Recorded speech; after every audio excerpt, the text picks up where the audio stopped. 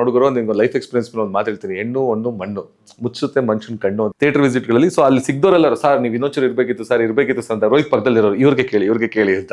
So and you has been carried with all the happiness. So ಅದು ಮಜಾ. ಅನ್ನಕ್ಕೆ ಎಲೆ ಇಲ್ಲದೆ ಬೆಲೆ ಇರುತ್ತೆ ಅಂತ ಇದೆಯಲ್ಲ, ಅದು ಎಷ್ಟು ತೀರಾ ಸ್ಟ್ರಾಂಗ್ ಲೈನ್ ಅದು. ಆಟಗಳಿಗಿಂತ ದೊಡ್ಡ ಆಟ ಉಸಿರಾಟ, ತಡಿಲಿ ನಡಿಲಿ ಅಂತ ಹೇಳೋದಿದೆಯಲ್ಲ, ಅದು ಏನ್ ಬ್ಯೂಟಿಫುಲ್ ಲೈನ್ ಅದು. ಎಷ್ಟು ಸಿಂಪಲ್ ಆಗಿ ಹೇಳ್ತಾರೆ, ದುಡ್ಡು ಮೇಲೆ ದುಡುಕ್ಬೇಡ ಮಗ ಅಂತ. ಒಂದೇ ಪದ ಶೇಕ್ ಹ್ಯಾಂಡ್ ಕೊಡ್ತಾರಲ್ಲ, ಆ ಗ್ರಿಪ್ ಇದೆಯಲ್ಲ ಅವ್ರದ್ದು, ಈ ಹೆಬ್ಬೆಟ್ಟದು ಮಾರ್ಕ್ ಇದು ಬ್ಯೂಟಿಫುಲ್ ಆಗಿ ಕುತ್ಕೊಂಡಿದೆ ಇದು. ನಾನೊಂದು ಡೈರೆಕ್ಟರ್ ಅದೇ ಹೇಳ್ತಾರೆ, ನೋಡಿ ಇದು ಪ್ರೀತಿ ಅಭಿಮಾನದ ಮಾರ್ಕ್ ಇದು ಅಂತ. ಫಸ್ಟ್ ಹಿಂಗ್ ಎಂಟ್ರಿ ಹಿಂಗ್ ಆದಾಗ ಡ್ಯಾಡಿ ಸರ್ ಅಂದಾಗ ನಾನು ಮಾಡಿದ ಪಾತ್ರನ ಯಾರೋ ಒಬ್ರು ಗುರ್ತಿಡ್ದು, ಸೊ ನಾನು ಧನಂಜಯ ನೋಡಿದ್ದೆ, ಅದು ಡಾಲಿ ಅಂತ ಕರೆದಾಗ ಬಹಳ ಖುಷಿ ಆಗೋದು ನನಗೂ. ನೋಡಮ್ಮ ನೀನ್ ಹೆಸರು ಮರ್ತ್ಬಿಟ್ರು ಅಂತ. ಆತ್ಮೀಯ ಕನ್ನಡ ಪಿಕ್ಚರ್ ವೀಕ್ಷಕರಿಗೆ ನಮಸ್ಕಾರ. ನಾನು ಪ್ರವೀಣ್ ಅಂತ. ಈ ಹೊತ್ತು ನನ್ನ ಜೊತೆಗೆ ಡ್ಯಾಡಿ. ಯಾವ ಡ್ಯಾಡಿ ಅಂತೀರಾ? ಎಕ್ಕ ಡ್ಯಾಡಿ. ಎಲ್ಲ ಕಡೆ ಇವಾಗ ಎಷ್ಟು ಪ್ರಶಂಸೆ ಸಿಗ್ತಾ ಇದೆಯೋ ಡ್ಯಾಡಿಗೂ ಅಷ್ಟೇ ಪ್ರಶಂಸೆ ಸಿಗ್ತಾ ಇದೆ. ಓದಲೆಲ್ಲ ತಪ್ಕೊಂಡು ಮುದ್ದಾಡ್ತಿದ್ದಾರೆ, ಡ್ಯಾಡಿ ಅಂತ ಕರೀತಾ ಇದ್ದಾರೆ. ಸೊ ಪೂರ್ಣ ನಮ್ಮ ಜೊತೆಗಿದ್ದಾರೆ. ವೆರಿ ಟ್ಯಾಲೆಂಟೆಡ್ ಮತ್ತು ತುಂಬ ಒಳ್ಳೇದಾಗಬೇಕು ಅಂತ ಪ್ರತಿ ಸಿನಿಮಾದಿಂದನೂ ಕಾಯ್ತಾರಂಥ ಒಬ್ಬ ನಟ ಆ್ಯಂಡ್ ತುಂಬ ದೊಡ್ಡ ಪ್ರತಿಭೆ ನನ್ನ ಜೊತೆಗಿದ್ದಾರೆ. ನಮಸ್ಕಾರ ಪೂರ್ಣ. ಥ್ಯಾಂಕ್ ಯು ಪ್ರವೀಣ್, ತುಂಬ ಒಳ್ಳೊಳ್ಳೆ ಮಾತಾಡ್ಬಿಟ್ರೆ ಭಾಳ ಖುಷಿ ಆಯಿತು. ಅಂದರೆ ಸುಮಾರು ವರ್ಷಗಳಿಂದ ನೋಡ್ತಾ ಇದ್ದೀವಿ ನಾವು. ಅಂದರೆ ಪೂರ್ಣಂಗೆ ಈ ಸಲ ಸರಿ ಹೋಗುತ್ತೆ, ಈ ಸಲ ಒಳ್ಳೆ ಬ್ರೇಕ್ ಸಿಗುತ್ತೆ ಅಂದರೆ ಧನಂಜಯ ಅವ್ರ ಜೊತೆಗಿನ ಅಷ್ಟೂ ಸಿನಿಮಾಗಳಲ್ಲೂ ಅಥವಾ ಯಾವುದೇ ಪ್ರಯತ್ನ ಮಾಡಿದಾಗಲೂ ಈ ಸಲ ಒಳ್ಳೇದಾಗ್ಬಿಡುತ್ತೆ ಅಂದರೆ ಆ ಪೊಟೆನ್ಷಿಯಲ್ ಇದೆ.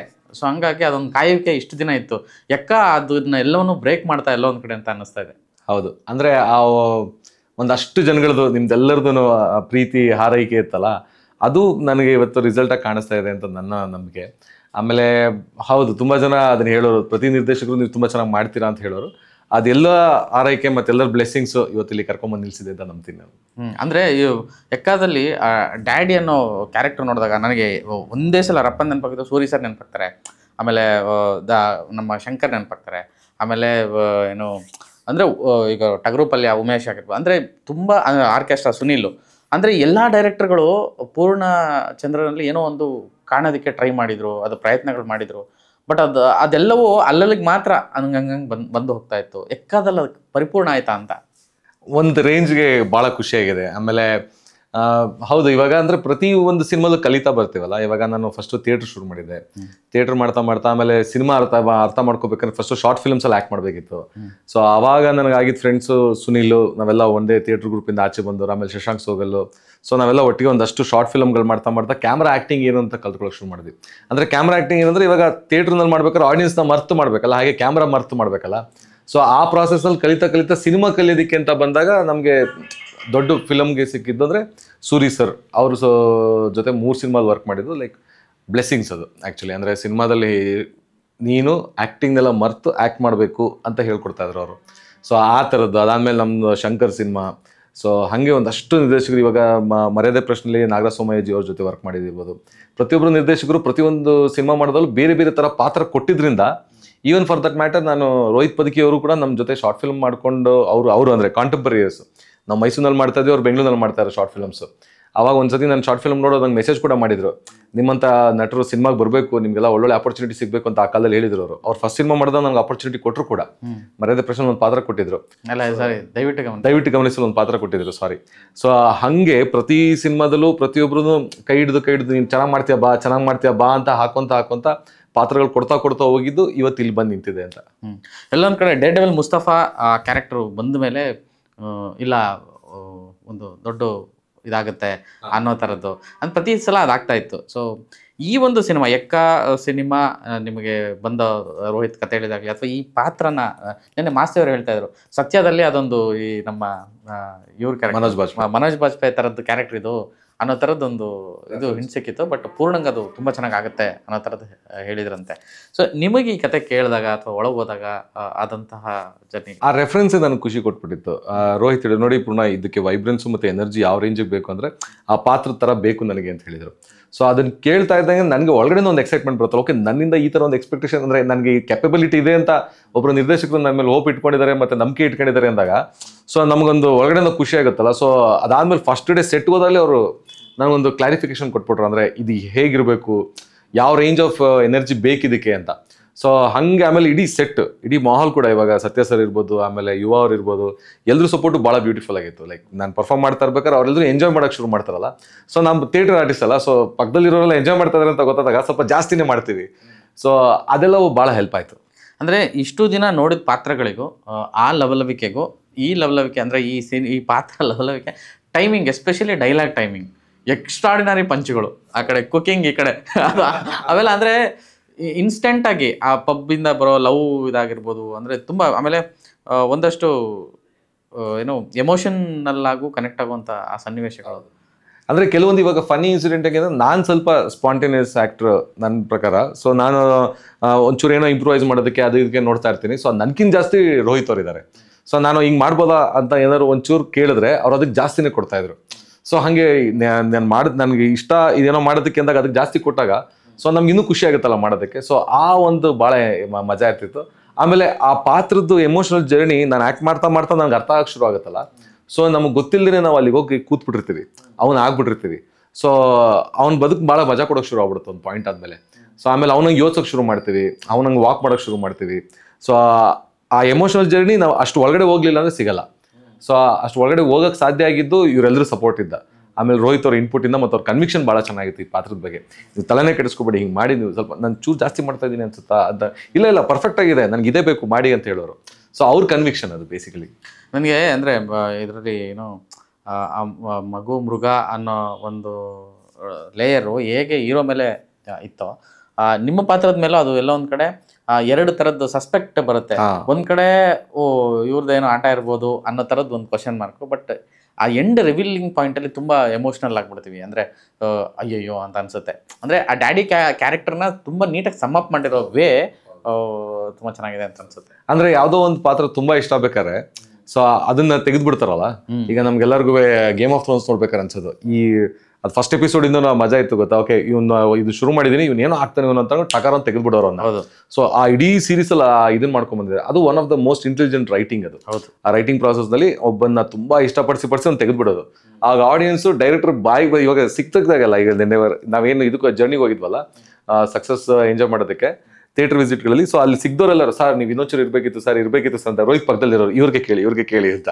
ಸೊ ಅವರು ನಮ್ಮ ಜೊತೆ ಅವರ ಇಡೀ ಪ್ರಾಸೆಸ್ ಅಲ್ಲಿ ಅವ್ರ ಒಂದು ಕಡೆ ದೂರದಲ್ಲಿ ನಿಂತ್ಕೊಂಡು ನಮ್ಮನ್ನು ನೋಡಿ ಎಂಜಾಯ್ ಮಾಡೋರು ಡೈರೆಕ್ಟರ್. ಅಂದ್ರೆ ನನ್ನ ಪಾತ್ರಗಳಿಗೆ ಇಷ್ಟು ಪ್ರಶಂಸೆ ಸಿಗ್ತಾ ಇದೆಯಲ್ಲ ಅಂತ ಒಬ್ಬ ನಿರ್ದೇಶಕ ದೂರದಲ್ಲಿ ನಿಂತ್ಕೊಂಡು ಎಂಜಾಯ್ ಮಾಡೋದಿದೆಯಲ್ಲ, ಅದು ನನಗೆ ನೋಡೋಕೆ ಭಾಳ ಖುಷಿ ಆಗೋದು.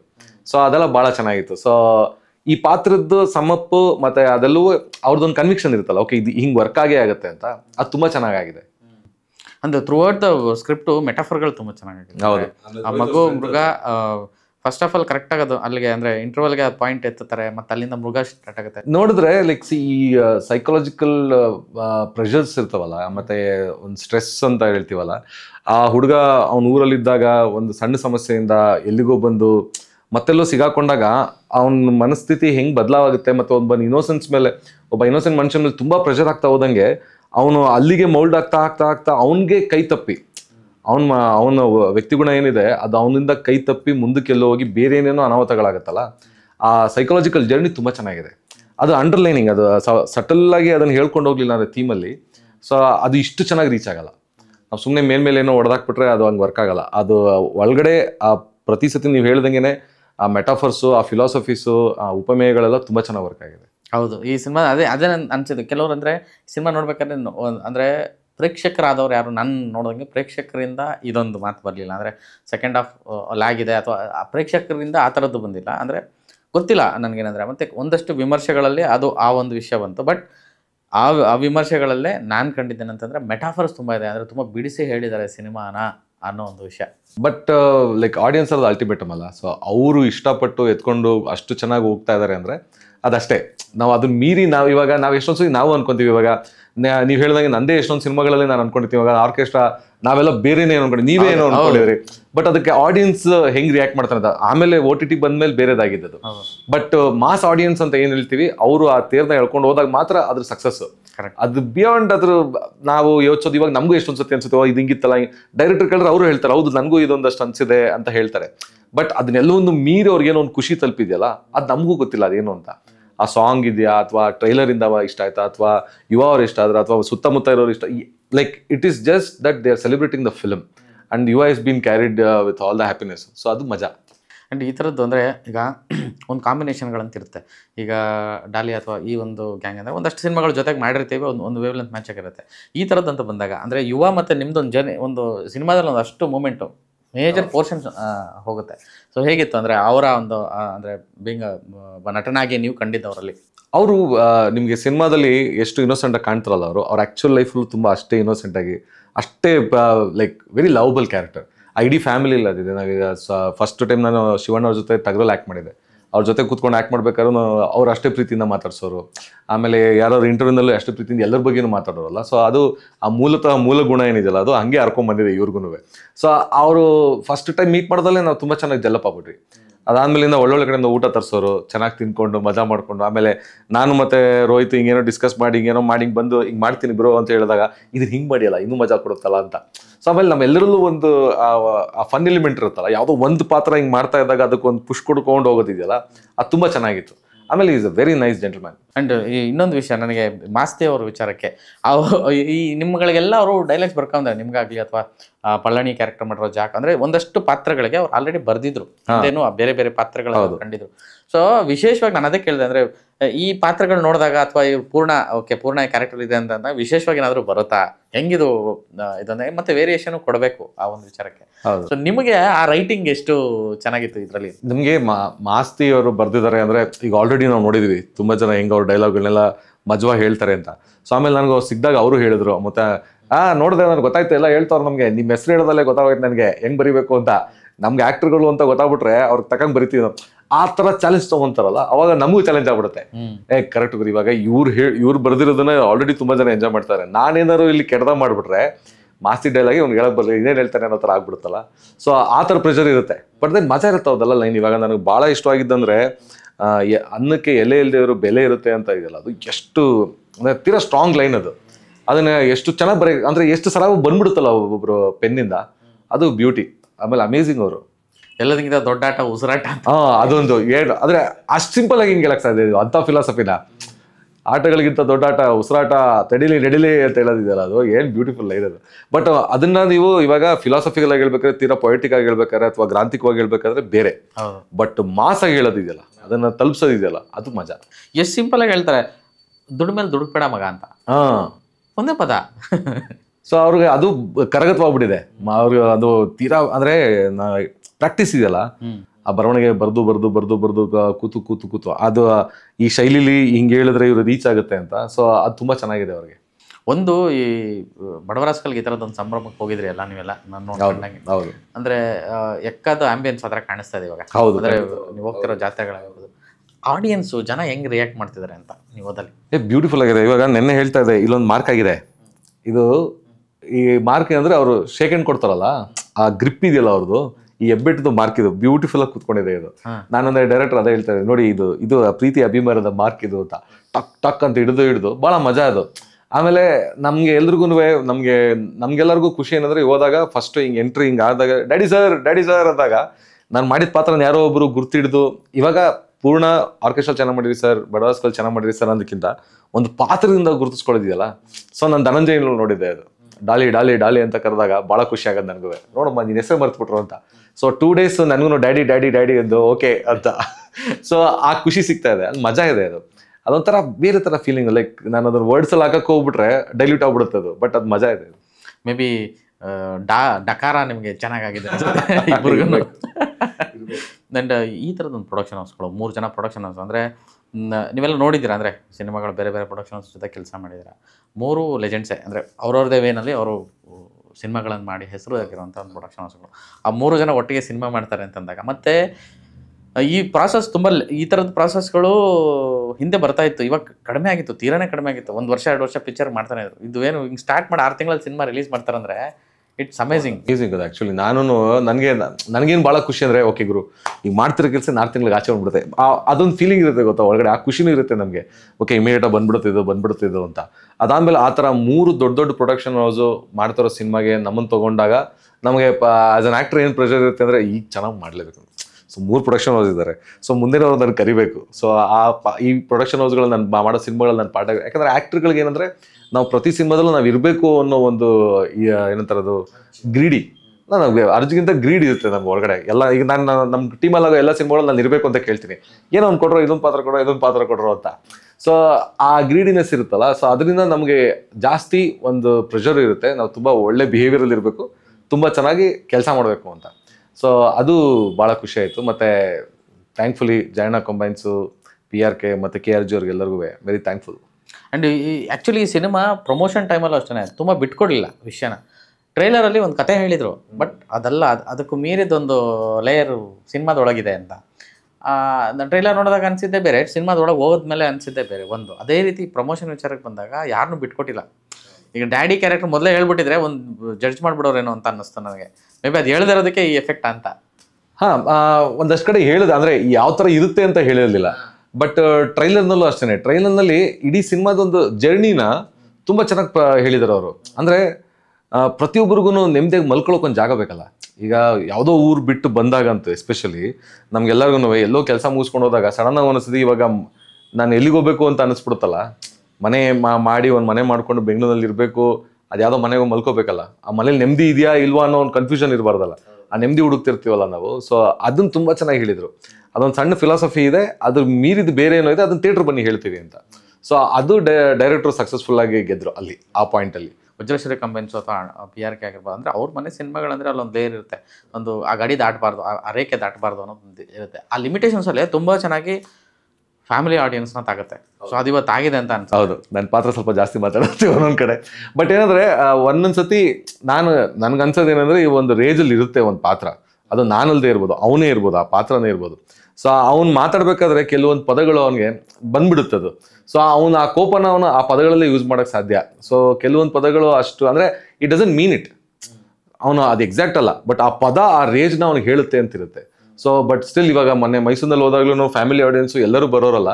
ಸೊ ಅವ್ರೆಲ್ರಿಗೂ ಖುಷಿ ಕೊಟ್ಟಿದೆ ಅದೆಲ್ಲವೊಂದು ಮೀರಿ. ಸೊ ನಾವು ಅಲ್ಲಿ ಸೇಫ್ ಆಗಿದ್ದೀವಿ ಅಂತ. ಮೋರ್ ದನ್ ಎನಿಥಿಂಗ್ ಅಂದರೆ ಪ್ರೇಕ್ಷಕರಿಗೆ ಯಾವತ್ತು ಆಡು ಭಾಷೆ ತುಂಬ ಇಷ್ಟ ಆಗುತ್ತೆ ಅಂತ. ಹೌದು, ನಾವೇನೋ ಫಿಲಾಸಫಿ ಬುಕ್ಕಿಶ್ ಹೇಳ್ತೀವಿ ಅಂದರೆ ಅಷ್ಟು ತಾಗಲ್ಲ.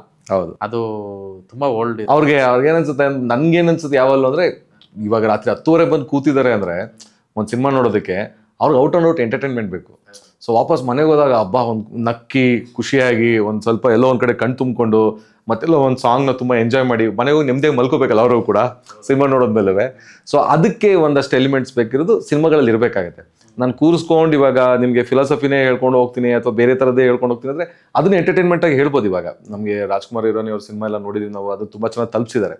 ಬಟ್ ನನ್ನ ಪ್ರಕಾರ ಆ ಥರ ಎಂಟರ್ಟೈನ್ಮೆಂಟ್ ಆಗಿರಬೇಕು ಅದು. ಸೊ ಫುಲ್ ಬ್ಲಾಸ್ಟ್ ಅವ್ರಿಗೆ ನಿಮಗೆ ಫುಲ್ ಪ್ಯಾಕೇಜಿಂಗ್ ಕೊಡ್ತೀವಿ, ನೀವು ಉಷ್ಟಾನ ಭೋಜನ ಮಾಡ್ಕೊಂಡು ಮನೆಗೆ ಹೋಗ್ಬೋದು ಅನ್ನೋ ಥರ ಅನಿಸಿದಾಗ ಮಜಾ ಇರುತ್ತೆ ಅಂತ. ಅಂದರೆ ಈ ಥರದ್ದು ಪ್ರಯೋಗಗಳು ಮಾಡ್ತಾನೆ ಬರ್ತಿದ್ದೀರಾ, ಅಂದರೆ ಕಮರ್ಷಿಯಲಾಗಿ ಇವತ್ತೊಂದು ಸಕ್ಸಸ್ ಸಿಕ್ಕಿದೆ. ಸೊ ಆ್ಯಕ್ಚುಲಿ ನನಗೆ ಒಂದು ಪ್ರಶ್ನೆ, ಪೂರ್ಣನ ಹುಡುಕಾಟ ಏನು ಸಿನಿಮಾಗಳು ವಿಚಾರದಲ್ಲಿ ಅಥವಾ ನಟನೆ ವಿಚಾರದಲ್ಲಿ, ಅಂದರೆ ನಾಯಕ ನಟನಾಗಬೇಕು ಅಂತಲೇ ಇಲ್ಲ, ಅಂದರೆ ಪಾತ್ರಗಳು ಇಲ್ಲಿವರೆಗೂ ಗುರ್ತಿಸ್ಕೊಂಡ್ಬಂದಿದೆ, ಒಂದು ಪಾತ್ರಗಳಿಂದ ಇಲ್ಲಿವರೆಗೂ ಗುರ್ತಿಸ್ಕೊಂಡ್ಬಂದಿದ್ದೀರಾ. ಸೊ ಮುಂದಿನ ದಾರಿ ಹೆಂಗಿದೆ, ಏನು ಕೆಲಸಗಳು ಮಾಡ್ತಾ ಇದ್ದೀರಾ ಈಗ ಅಂತ? ಸೊ ಇವಾಗ ನಾನು ನಿಮಗೆ ಹೇಳಬೇಕು ಅಂದರೆ ಎಕ್ಸಾಂಪಲ್, ನಾವೆಲ್ಲ ಸಣ್ಣವರಾಗಿದ್ದಾಗ ಬೆಳೀತಾ ಇರಬೇಕಾದ್ರೆ ನಾವು ನೋಡೋದು ಫಸ್ಟು ಸೂಪರ್ ಸ್ಟಾರ್ಸ್ನ. ಸೊ ನಮ್ಗೆಲ್ಲರಿಗೂ ಸಿನಿಮಾ ರಂಗಕ್ಕೆ ಸೆಳೆಯೋದು ಸೂಪರ್ ಸ್ಟಾರ್ಸ್. ಯಾಕೆಂದರೆ ನಾವೆಲ್ಲ ಚಿಕ್ಕ ಹುಡುಗರು, ನಾವೆಲ್ಲ ನಮ್ಮ ಮನೇಲಿ ನಾನು ನಮ್ಮ ಅಣ್ಣ, ಓಕೆ ನೀನು ಆ ಹೀರೋ ನಾನು ಈ ವಿಲನ್ ಅಂತ ಒಂದಿನ, ನಾನು ಈ ಹೀರೋ ನೀ ಆ ವಿಲನ್ ಅಂತ ಒಂದಿನ. ಸೊ ಆ ಎರಡು ಗುದ್ದಾಟದಲ್ಲೇ ಬೆಳೆದ್ಬಿಟ್ಟಿರ್ತೀವಿ. ಸೊ ಅದಾಗಿ ಥಿಯೇಟ್ರಿಗೆ ಬಂದಮೇಲೆ ನಮಗೆ ನಟನೆಯ ಬೇರೆ ಬೇರೆ ಆಯಾಮಗಳು, ಪದರಗಳು, ಮತ್ತು ಆ ಡೆಪ್ತ್ ಆಫ್ ಆ್ಯಕ್ಟಿಂಗ್ ಏನು, ಎಲ್ಲ ಪಾತ್ರಗಳು ಎಷ್ಟು ಇಂಪಾರ್ಟೆಂಟ್ ಆಗುತ್ತೆ, ಇದನ್ನೆಲ್ಲ ಕಲಿತಾ ಹೋಗ್ತೀವಿ. ಸೊ ಅದಾದಮೇಲೆ ಸಿನಿಮಾಗೆ ಬಂದಮೇಲೆ ಬೇರೆ ಬೇರೆ ಪಾತ್ರಗಳು ಮಾಡ್ತಾ ಒಂದಷ್ಟು ಸಿನಿಮಾಗಳ ಹೀರೋ ಕೂಡ ಮಾಡಿದ್ರು ನನಗೆ ಬೇಸಿಕಲಿ ಇನ್ಸ್ಪಿರೇಷನ್ ಏನಂದರೆ ಇರ್ಫಾನ್ ಖಾನ್ ಅವರು. ಸೊ ಅವ್ರನ್ನ ನೋಡ್ಕೊಂಡು ಬೆಳೀತಾ ಹೋದಲ್ಲ. ಆಮೇಲೆ ಆ ಥರ ಆ್ಯಕ್ಟರ್ಗಳೀಗ ಇರ್ಫಾನ್ ಖಾನ್ ಇರ್ಬೋದು, ಮನೋಜ್ ಬಾಜ್ಪೇಯಿ ಇರ್ಬೋದು, ಇವಾಗ ನಮ್ಮಲ್ಲಿ ರಂಗಣ್ಣ ರಘು ಸರ್ ಇರ್ಬೋದು. ಸೊ ಈ ಥರ ವೇರಿಯೇಷನ್ಸ್ ಕೊಟ್ಟರು ಆ್ಯಕ್ಟರ್ಗಳನ್ನೆಲ್ಲ ನೋಡಿ ನಾವು ಬೆಳೆದು ಬಂದಾಗ, ಸೊ ಯಾವುದೋ ಒಂದು ಒಳ್ಳೆ ಪಾತ್ರ ಆಗ್ತಾ ಇದೆ, ಯಾವುದೋ ಒಂದು ಸಿನಿಮಾದಲ್ಲಿ ಇದೆ ಅಂದಾಗ ಅದನ್ನ ಹೆಂಗೆ ನಾನು ಬಿಟ್ಕೊಟ್ಬಿಡ್ಲಿ. ಯಾರೋ ಕರೆದು ಇವಾಗ ಇದನ್ನು ಮಾಡ್ತೇನೆ ನೀನು ಅಂತ ಕೇಳಿದಾಗ, ಓಕೆ ಇದು ಹಿಂಗೆ ವರ್ಕ್ ಮಾಡುತ್ತೆ ಅಂತ ನನಗೆ ಅರ್ಥ ಆದಾಗ ನಾನು ಬಿಟ್ಕೊಟ್ಬಿಟ್ಟು ನಾನಿಲ್ಲ ಬೇರೆನೇ ಏನೋ ಮಾಡ್ಕೊಂಡಿರ್ತೀನಿ ಅಂತ ವರ್ಕ್ ಆಗಲ್ಲ. ಅದಾದ್ಮೇಲೆ ಮೊನ್ನೆ ಮೈಕಲ್ ಕೇನ್ ಅಂತ ಒಬ್ರದ್ದು ಇಂಟರ್ವ್ಯೂ ನೋಡ್ತಾ ಇದ್ದೆ. ಅವರು ಒಂದು ತುಂಬ ಚೆನ್ನಾಗಿ ಹೇಳಿದರು, ಆ್ಯಕ್ಟ್ರ್ಗಳು ಕಂಟಿನ್ಯೂಸ್ ವರ್ಕ್ ಮಾಡ್ತಾ ಇರಬೇಕು ಅಂತ. ನಾನು ಮನೇಲಿ ಕೂತ್ಕೊಂಡಿರ್ತೀನಿ, ತುಂಬ ದೊಡ್ಡದು ಯಾವುದೋ ಒಂದು ಪಾತ್ರ ಸಿಗುತ್ತೆ ನನಗೆ, ಆ ಪಾತ್ರದಲ್ಲಿ ಮಾತ್ರ ನಾನು ಮಿಂಚ್ಬಿಡ್ತೀನಿ ಬಂದು ಅಂತ ಅನ್ಕೊಳ್ಳೋದಕ್ಕಿಂತ ಪಾತ್ರಗಳು ಮಾಡ್ತಾಯಿರಿ. ಎಲ್ಲ ಸಿನಿಮಾಗಳಲ್ಲೂ ಏನೇನು ಪಾತ್ರ ಸಿಗುತ್ತೆ, ಸಣ್ಣದು ಪುಟ್ಟದು ದೊಡ್ಡದು, ಆ್ಯಸ್ ಅನ್ ಆ್ಯಕ್ಟರ್ ನಾವು ನಮ್ಮ ಕ್ರಾಫ್ಟ್ ವರ್ಕ್ನ ಎವ್ರಿ ಡೇ ವರ್ಕ್ ಮಾಡ್ತಾನೆ ಇರಬೇಕು.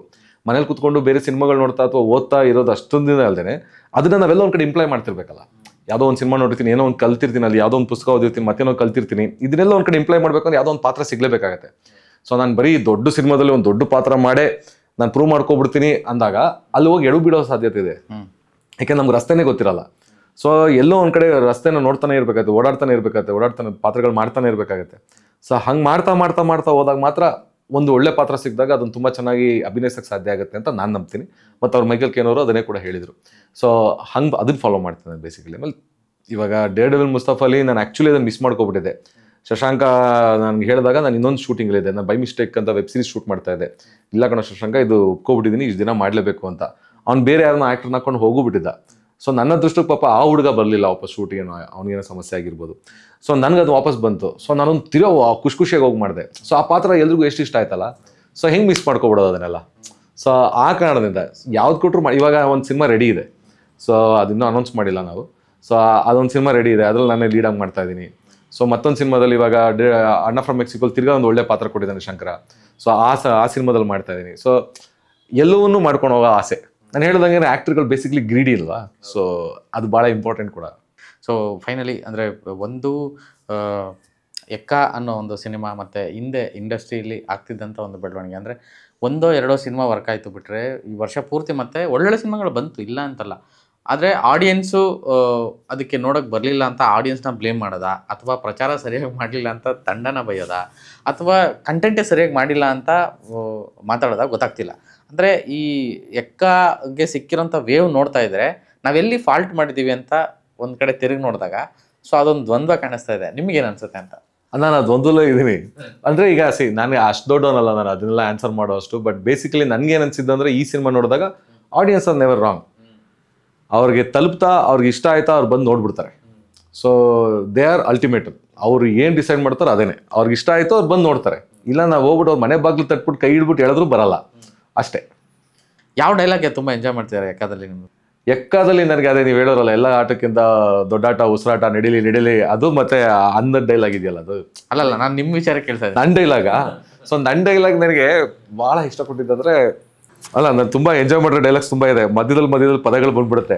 ಬಟ್ ಬೇಸಿಕಲಿ ಮೆಟ್ಲ್ಕೊಂಡು ಹಿಂಗೆ ಬರ್ತಾ ಇರ್ತೀನಿ. ಹೌದಾ? ಸೊ ಅವರು ನಿಂತ್ಕೊಂಡಿದ್ದಾಗ ಬಂದ್ಬಿಟ್ಟು ನೋಡ್ರು ನಮಗೆಲ್ಲ ಫೈಟಲ್ಲಿ ಏಟ್ ಆಗುತ್ತೆ, ಅಣ್ಣಗೆ ಲವ್ ಆಗಿದೆ ಅಂದ್ಬಿಟ್ಟು, ಒಂದು ನೋವಾಗುತ್ತೆ, ಇವ್ರು ಲವ್ ಆಗಿದೆ.